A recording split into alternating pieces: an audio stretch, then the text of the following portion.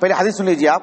قال حدثنا محمد بن بشار قال حدثنا عبد الوهاب الثقفي قال حدثنا ايوب النافع عن ابن عمر رضي الله عنهما قال من استفاد مالا فلا زكاة عليه فلا زكاة فيه حتى يحول عليه الحول عند ربه. اس حدیث کو ذکر کرنے کے بعد امام ابو عیسیٰ ترمذی کہتے ہیں رحمہ اللہ وهذا الحدیث الثانی، جو دوسری حدیث ہے، وهذا اصح من حدیث عبد الرحمن ابن زید ابن اسلم. عبد الرحمن ابن زید ابن اسلم سے یہ حدیث کیا ہے؟ اصح. کسی حدیث کو اصح کہنا یہ بھی ایک اصطلاح ہے. هذا اصح شيء في هذا الباب، اس باب میں یعنی اس موضوع کے تحت جتنے حدیثیں ہیں یہ اس میں سب سے زیادہ صحیح ہے. مطلب وہ ضعیف ہوگی فی نفسی لیکن سب سے زیادہ صحیح ہے ان سب میں، لیکن فی نفسی ضعیف ہے. دیگر روایات جو اس موضوع سے متعلق اس کے مقابل اصح، اس کے مقابل بات واضح ہوگی آپ کو.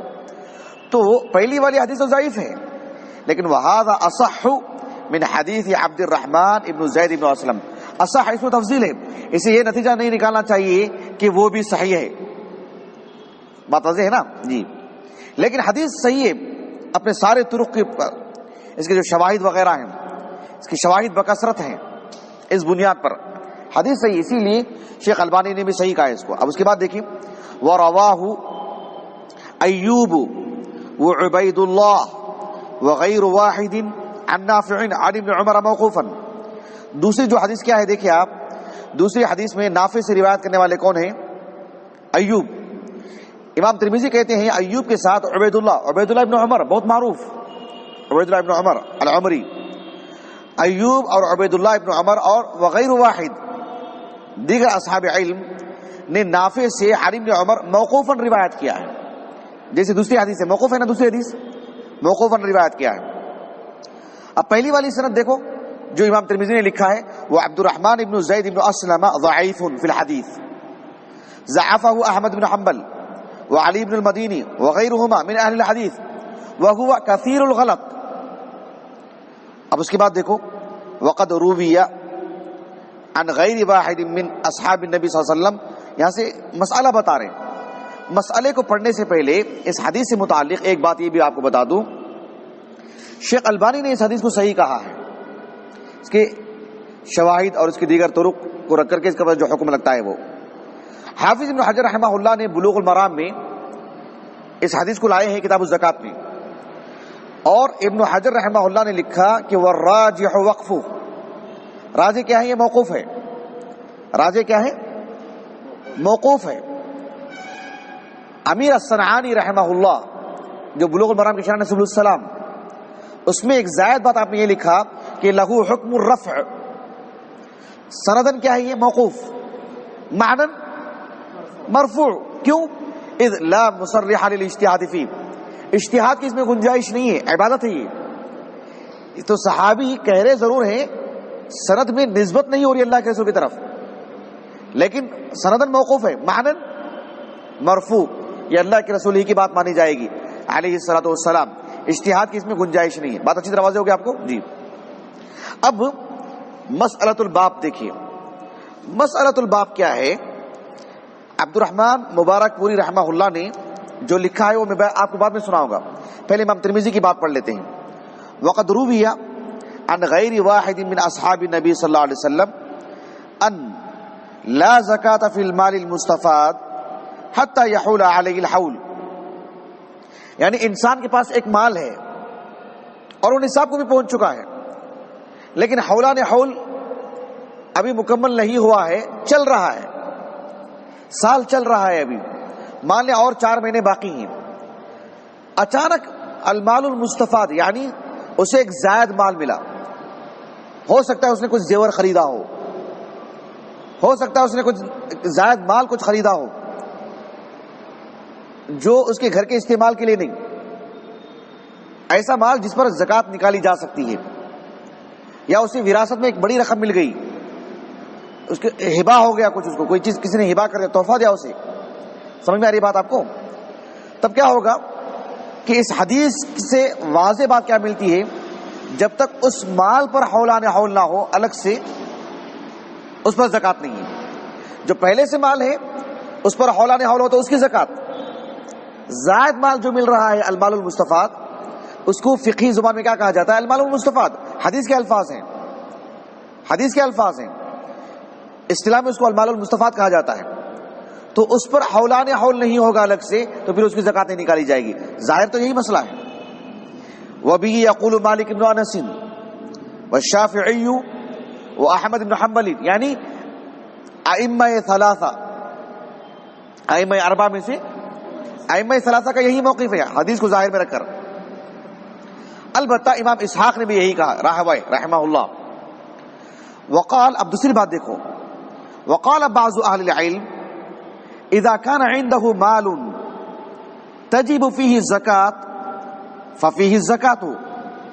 مثال کے طور پر یہ مال ہے، میں مثال دے رہا ہوں، دو دفتر، دو نوٹ بک رکھ کر کے، یہ میرے پاس مال ہے۔ اذا كان عنده مال تجب فيه الزکاة ففيه زکاة وان لم يكن عنده سوى المال المستفاد مال۔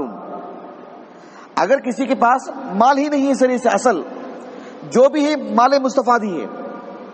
مال مستفاد اس کو کہتے ہیں جو اچانک انسان کو ملتا ہے، وراثت کی شکل میں، ہبہ کی شکل میں، یا اچانک اس نے خریدا ہے، اس کو المال المستفاد کہا جاتا ہے۔ ایک انسان کے پاس، بات واضح ہوگی آپ کو، وراثت میں کوئی مال مل چکا ہے اور وہ نصاب کو پہنچ چکا ہے، حولان حول ہو چکا ہے، زکوٰۃ نکال دیا ہے، تو ایک سلسلہ آگے سال چلتے رہے گا وہ۔ لیکن المال المستفاد بولتے ہی اس کو ہیں جو زکوٰۃ ایک مال ہے پہلے سے، درمیان میں ملنے والے مال کو المال المستفاد کہہ دیا جاتا ہے حدیث کی زبان میں۔ اگر کسی کے پاس پہلے سے مال ہے، اس میں زکوٰۃ ہے، مال مستفاد ملتا ہے تو اس کی الگ سے زکوٰۃ ہے، لیکن اصل مال ہے ہی نہیں کسی کے پاس، جو بھی ملا ہے مال مستفاد ہی ملا ہے، المال المستفاد، وہ بات ہے۔ وَإِن لَّمْ يَكُنْ عِندَهُ سِوَى الْمَالِ الْمُسْتَفَادِ مَالٌ يَجِبُ فِيهِ الزَّكَاةُ لَمْ يَجِبْ عَلَيْهِ فِي الْمَالِ الْمُسْتَفَادِ زَكَاةٌ حَتَّى يَحُولَ عَلَيْهِ الْحَوْلُ۔ بات واضح ہے۔ فَإِنِ اسْتَفَادَ مَالًا قَبْلَ أَن يَحُولَ عَلَيْهِ الْحَوْلُ فَإِنَّهُ يُزَكِّي الْمَالَ الْمُسْتَفَادَ مع ماله الذي وجبت فيه الزکاة۔ وبه يقول سفیان الثوری واہل الکوفہ۔ سفیان ثوری، علماء کوفہ اور امام ابو حنیفہ، عام علماء احناف، ان کا یہ موقف ہے کہ اگر آپ کے پاس اصل مال موجود ہے، نصاب کو پہنچ چکا ہے، حولان حول تو نہیں ہوا ہے، اچانک المال المستفاد ملا تو وہ بھی اس کے ساتھ ضم کر دیں گے۔ اب تقریباً اہل علم کا یہی موقف ہے۔ بات یہ نہیں ہے کہ وہ حدیث کے مخالف ہیں، اس حدیث سے متعلق تفصیلی بات ہے، وہ میں آپ کو سمجھاتا ہوں۔ مولانا عبد الرحمن مبارک پوری نے جو لکھا ہے، تقریباً شارح حدیث نے یہی لکھا ہے۔ اب اس کو سنیے گا آپ۔ مولانا عبد الرحمن مبارک پوری رحمہ اللہ کہتے ہیں، دیکھیے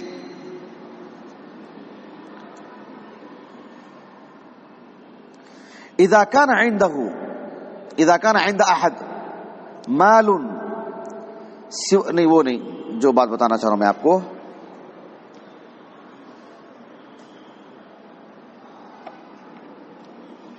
جی یہ دیکھیں آپ یہاں سے، المال المستفاد کس کو کہتے ہیں؟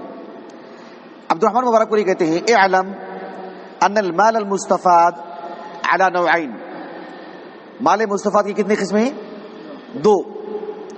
احدهما ان يكون من جنس النصاب الذي عنده كما اذا كانت له ابل فاستفاد ابلا في اثناء الحول۔ ایک شخص کے پاس مال ہے، اونٹ، گائیں، بکری، اور اسے جو مال مستفاد جو درمیان میں ملا ہے وہ بھی اسی قسم سے ہے، اونٹ تھے، اونٹ ہی ملے ہیں۔ اچھی طرح بات واضح ہوگی آپ کو۔ ایک یہ، دوسری بات وثانیہما ان یکون من غیر جنسی کما اذا استفاد بقرا فی صورت نصاب الابل وهذا لا ضم فيه اتفاقا۔ بل یستأنف للمستفاد حساب آخر. انسان کے پاس اونٹ ہیں، اچانک اس کو درمیان میں گائے مل گئے، دو الگ الگ جنس ہیں نا، وہ بھی مال مستفاد ہے، ایسی صورت میں نصاب الگ ہوگا. کسی کے پاس سونا ہے، درمیان میں چاندی ملا اس کو، دو الگ الگ جنس ہیں، سونے کی 2 انگوٹیاں تھیں، چاندی کی 3 انگوٹیاں آ گئی مثلا مان لیں، تو 2 جنس ہونے کی وجہ سے اس کو مال مستفاد کو اصل مال سے ملا کے ضم نہیں کریں گے. ملانا ہے، ضم کرنا اور دونوں کو ملا کے زکات نکالنا ایسا نہیں ہوگا، 2 جدا جدا چیزیں ہیں. پھر جو پہلی قسم ہے، کیا ہے پہلی قسم؟ کہ جو چیز ان کے پاس موجود ہے اسی جنس کی کوئی چیز ملی، سونا تھا سونا ہی ملا ہے.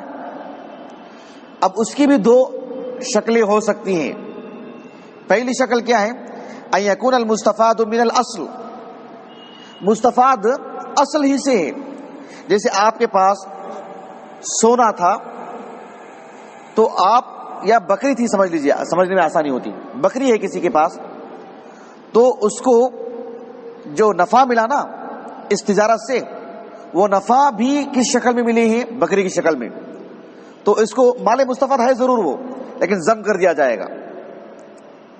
بات واضح ہے الحمدللہ. یا یہ بھی ہو سکتا ہے بکریاں آپ کے پاس تھیں 40، ان میں سے کچھ بکریوں سے اولاد ہوئی ہیں، اسی جنس سے ہیں، تو وہ بھی اس میں ضم کر دیے جائیں گے بالاتفاق. لیکن مان لیے کہ ایک کے پاس اونٹ ہے یا بکری ہے، لیکن اس نے جو بکریاں خریدی ہیں الگ سے خریدی ہیں، نفع میں نہیں. پہلی قسم کیا تھی؟ مال مستفاد کی، اسی قسم سے اسے مال ملنا. اس کی 2 قسمیں ہو سکتی ہیں، ایک یہ کہ اس کی اولاد ہو جائے یا نفع جو ہوا ہے اسی شکل میں آیا ہو، ایک قسم یہ تو ملا دیا جائے گا. دوسرا وہ آپ کے پاس بکریاں تو تھی لیکن مزید بکریاں خریدی آپ نے، 40 تھی، آپ نے مزید 40 بکریاں خریدی کہیں سے درمیان میں، وہ بھی المال المستفاد. آپ کے پاس 40 بکریاں تو تھیں لیکن وراثت میں 40 بکریاں مل گئی آپ کو. تو یہ جب قسم بنے گی تو ان کو بھی ملا دیا جائے گا، جو علماء احناف کا موقف ہے عام طور پر، اور یہی درست ہے، یہی آسان ہے اور یہی راجح ہے انشاءاللہ. اس کی بنیادی وجہ کیا ہے کہ اگر درمیان میں آپ ایک آدمی کے پاس پیسہ ہے 4 لاکھ روپیہ، درمیان میں وراثت میں ملا 2 لاکھ روپیہ، پھر مزید درمیان میں ملا کچھ اور 2 لاکھ روپیہ کسی اور مناسبت سے، تو وہ کتنا خیال رکھے گا زکات نکالنے کے لیے؟ پھر ہو سکتا ہے کسی گھر کی بات ہے، ایک آدمی سے وراثت اتنی ملی ہے، دوسرے آدمی سے کچھ اور وراثت ملی ہو، مثلا باپ کا انتقال ہوا، پھر ایک 6 مہینے کے بعد ماں کا انتقال ہوا. بات میرے اور آپ کے گھر کی نہیں، بات عالمی سطح کی ہے، ہر گھر کی ہے. پھر اچانک اسے پھر کہیں سے فائدہ ہو گیا، اچانک اس نے پھر کہیں درمیان میں کچھ چیز خریدا، پھر ایسے میں وہ کس کی زکات کب نکالے گا وہ؟ تو حرج ما جعل علیکم فی الدین من حرج، اس تناظر میں یہ ساری چیزیں ملا دی جائیں گی. اور راجح قول یہی ہے، مال مستفاد کو اصل مال سے ملا کر زکات نکالی جائے گی. خلاصہ کلام کیا ہے؟ ایک آدمی کے پاس زکات ہے، مال ہے، نصاب کو پہنچ چکا ہے، زکات واجب ہے اس پر، حولان حول نہیں ہوا ہے، درمیان میں کچھ مال خریدا اس نے، درمیان میں کچھ ہبہ ہوا اس کو، وراثت میں ملا اس کو، ضم کر دے گا اس میں. ہاں کوئی ایسی چیز ہے جو بہت ہی بڑی معیاری موضوع اور نمایاں چیز ہے جس کی مستقل زکات الگ نکالی جا سکتی ہے، اور یہ ایک خاص مناسبت سے تو الگ معاملہ ہے. ورنہ جب دائرہ بڑھتا ہے تو پھر حرج، اور شریعت میں حرج نہیں ہے، شریعت میں حرج نہیں ہے. اصل پہ باقی رہتے ہوئے کوئی مال مستفاد کے الگ سے تقسیم کرتا ہے لا باس، لیکن حرج ہے اس کے لیے، اس میں ضم کر لیتا ہے تو یہی اس کے لیے بہتر ہے. بات واضح اس مسئلے سے متعلق. بارک اللہ فیکم جمیعا. سبحانک اللہم و بحمدک، اشہد ان لا الہ الا انت، استغفرک و اتوب الیک.